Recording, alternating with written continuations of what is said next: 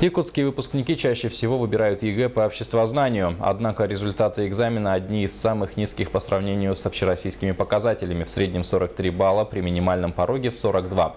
Эти удручающие цифры стали главной темой круглого стола «Проблема преподавания обществознания в школе», прошедшего сегодня в Якутске в рамках 13-го съезда учителей и педагогической общественности республики. Среди основных факторов, влияющих на низкие результаты единого госэкзамена по обществознанию, специалисты называют слабую вузовую подготовку нынешнего поколения учителей.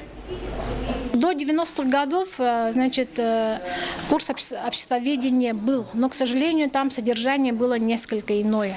Сегодня вот именно содержание вот этого курса, оно изменилось, поэтому без самостоятельной подготовки либо переподготовки они осилить это содержание новое не могут. Да? А что касается учителей, которые окончили 90-х и 2000-х годах, у них как таковой методической подготовки именно по ведению курса обществознания, к сожалению, не было.